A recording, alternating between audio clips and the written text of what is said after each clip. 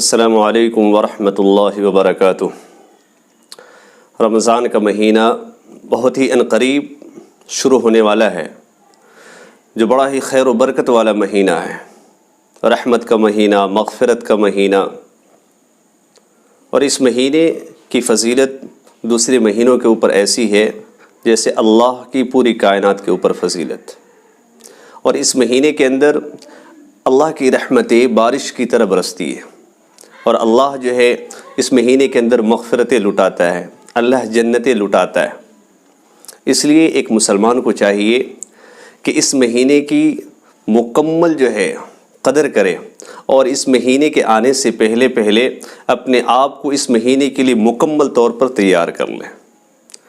چونکہ ہم دنیا کے اندر اتنے مشغول ہو گئے ہیں کہ ہمارے زندگی میں رمضان کا مقدس مہینہ آتا ہے، لیکن جیسے اس سے فائدہ اٹھانا چاہیے ویسا ہم نہیں اٹھا پاتے۔ ہم سمجھتے ہیں کہ اس مہینے کے اندر صرف دو ہی عمل ہے کہ دن میں آدمی روزہ رکھے اور رات کو تراویح پڑھے، لیکن حقیقت یہ ہے کہ اس مہینے کا ایک ایک لمحہ، ایک ایک سیکنڈ بڑا ہی قیمتی ہے۔ ہمیں اس کا احساس نہیں ہے، ورنہ جناب رسول اللہ صلی اللہ علیہ وسلم جب رجب کا چاند دیکھ لیا کرتے تھے تو آپ علیہ الصلاۃ والسلام دعا کیا کرتے تھے کہ اللہم بارک لنا فی رجب و شعبان وبلغنا رمضان، کہ اللہ رجب اور شعبان کے مہینے میں برکتیں عطا فرما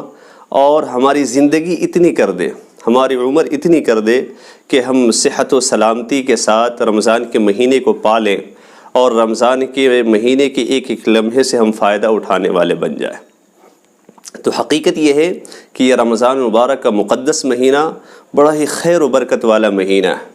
جناب رسول اللہ صلی اللہ علیہ وسلم نے ارشاد فرمایا کہ الرجب شہری والشعبان شہر اللہ والرمضان شہر امتی،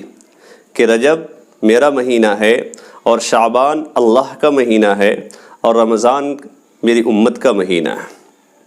تو یہ مہینہ جو اللہ تبارک و تعالی نے ہمیں اور آپ کو جو دیا ہے وہ اس لیے کہ ہمارا تعلق اللہ سے جڑ جائے، اللہ کے ساتھ جو دوری ہو چکی ہے 11 مہینے، وہ اس مہینے کے اندر اس کے اندر جو ہے قرب پیدا ہو، اللہ کی رحمت سے ہم زیادہ سے زیادہ فائدہ اٹھانے والے بن جائیں۔ تو یہ رمضان کا مہینہ عنقریب ہمارے سامنے آنے والا ہے۔ ایک مسلمان کے لیے ضروری ہے کہ اس مہینے کے آنے سے پہلے مکمل طور سے اس کی تیاری کر لیں۔ اب اس کی تیاری کیا ہے، اس کے سلسلے میں کچھ باتیں عرض کرنی ہیں۔ سب سے پہلی چیز کہ اپنا ایک شیڈول بنائیں، اور اپنے جو مصروفیات ہیں، اپنے جو کاروبار ہیں، جو کام دھندہ ہے، کوشش کرے کہ جہاں تک ممکن ہو سکے اپنے کام کو ذرا کم کریں اور اپنی مصروفیات کو کم کریں اور اپنی ضرورتوں کو رمضان آنے سے پہلے جو ہے پوری کر لیں، تاکہ مکمل طور پر ہم فارغ ہو کر رمضان کے مہینے میں عبادت کر سکیں اور اس کی ایک ایک منٹ سے ہم فائدہ اٹھانے والے بن جائیں۔ جیسے انسان کو اگر سفر درپیش ہو تو سفر پر جانے سے پہلے اپنی بیوی بچوں کے لیے کھانے پینے کا انتظام آدمی کر کے جاتا ہے، تاکہ میرے نہ رہنے پر میری بیوی بچوں کو جو ہے کسی طریقے کی پریشانی کا سامنا نہ کرنا پڑے۔ اسی طریقے سے اگر کسی فنکشن میں جانا ہو تو ہم اس کے لیے پہلے سے تیاری کرتے ہیں۔ اگر ہمارے گھر میں شادی ہونے والی ہو تو اس کے لیے ہم پہلے سے تیاری کرتے ہیں،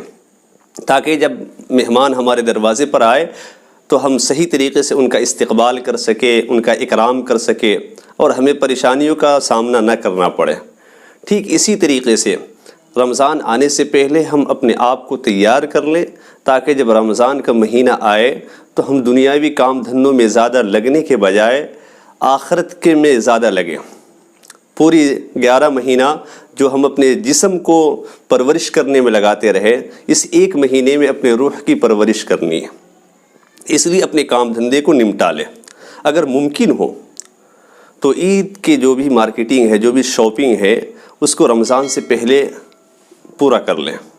ورنہ دیکھا یہ جاتا ہے کہ جب آخری عشرہ شروع ہوتا ہے تو سارے مرد حضرات، سارے خواتین، بچے، بوڑھے، ہر ایک انسان کا زیادہ وقت جو ہے بازاروں کے اندر لگتا ہے، کپڑے خریدنے میں، چپل خریدنے میں، اور بھی جو ضروریات زندگی ہے اس کے اندر اپنا قیمتی وقت جو ہے خرچ کرتے ہیں، اور نتیجہ یہ ہوتا ہے کہ ہمارا زیادہ وقت جو ہے بازاروں میں لگ جاتا ہے، اور رمضان کا یہ مبارک مہینے کا مبارک گھڑیاں جو ہے ایسے ہی چلا جاتا ہے۔ اس لیے اگر ممکن ہو تو رمضان کی مارکیٹنگ رمضان سے پہلے کریں۔ دوسری چیز یہ ہے کہ ابھی سے اگر ہمارے اندر گناہ کی عادت ہے، اگر کوئی بری عادت ہے جیسے فلم دیکھنے کی عادت ہے، گانا سننے کی عادت ہے، تو اس سے مکمل طور سے ابھی سے توبہ کریں، اور یہ تہیہ کریں کہ کم سے کم جو ہے رمضان میں، ویسے تو گانا سننا، فلمیں دیکھنا عام دنوں کے اندر بھی جائز نہیں ہے شریعت کے اعتبار سے، لیکن رمضان میں ان چیزوں کو انجام دینا، فلم دیکھنا، سیریل دیکھنا، گانے سننا، یہ اس کی قباحت کو اور زیادہ بڑھا دیتا ہے۔ اس لیے ہم تہیہ کریں کہ رمضان میں ہر طرح کے غلط حرکات سے ہم اپنے آپ کو بچائیں گے، کہ ہماری نگاہ غلط جگہ پر نہ پڑے، ہمارے کان میں غلط آوازیں نہ پڑے، ہمارے زبان سے غلط کلمات نہ نکلے، ہمارے ہاتھ جو ہے غلط جگہ پر نہ جائے، ان چیزوں سے پرہیز کریں۔ تو سب سے پہلی چیز کہ اپنی مصروفیات کو کم کریں، دوسری چیز کہ گناہوں سے اپنے آپ کو بچائیں۔ اس لیے کہ حدیث پاک کے اندر آتا ہے، جناب رسول اللہ صلی اللہ علیہ وسلم نے ارشاد فرمایا کہ بعض روزہ دار ایسے ہوتے ہیں کہ سوائے انہیں بھوکا اور پیاسا رہنے کے علاوہ کچھ حاصل نہیں ہوتا۔ یعنی ایک انسان صبح سے لے کر شام تک بھوک کے عالم میں گزارے، پیاس کے عالم میں گزارے، لیکن اپنے آپ کو گناہوں سے نہ بچائے، تو اللہ کے نبی علیہ الصلاۃ والسلام نے فرمایا کہ اگرچہ اس کے روزی کی فرضیت جو ہے اس کے ذمے سے ختم ہو جائے گی، لیکن جو روزے کا جو ثواب ہے، روزے کی جو نورانیت ہے، جو روحانیت ہے، وہ چیزیں اس کو حاصل نہیں ہو پائے گا۔ اس لیے اگر ہم چاہتے ہیں کہ روزے کے انوار و برکات سے ہم مستفیض ہوں، اور اللہ نے جو روزے کے اندر جو برکات رکھے ہیں وہ ہمیں حاصل ہو جائے، تو اس کے لیے اپنے آپ کو گناہوں سے بچانا ضروری ہے۔ ورنہ اس کی مثال ایسی ہے کہ آپ گھر کے اندر اے سی لگا لیں اور جو ہے کھڑکی اور دروازے کھول دیں، تو اے سی سے آپ کو فائدہ نہیں پہنچے گا۔ ٹھیک اسی طریقے سے اگر بھوکے رہتے ہیں، پیاسے رہتے ہیں اور گناہوں سے نہیں بچتے، تو روزے کا جو اصل مقصد ہے وہ آپ کو حاصل نہیں ہوگا۔ اگر ان چیزوں کو ہم نے اختیار کر لیا تو انشاءاللہ اللہ کی ذات سے امید ہے کہ روزے کا جو مقصد ہے وہ ہمیں حاصل ہو جائے گا، اور روزے کی انوار و برکات سے ہم فائدہ اٹھانے والے بن جائیں گے۔ اللہ تبارک و تعالی مجھے بھی اور تمام امت مسلمہ کو اس کی صحیح سمجھ عطا فرمائے، اور یہ جو مبارک مہینہ ہماری زندگی میں آ رہا ہے اس کی قدردانی کی توفیق نصیب فرمائے۔ السلام علیکم ورحمۃ اللہ وبرکاتہ۔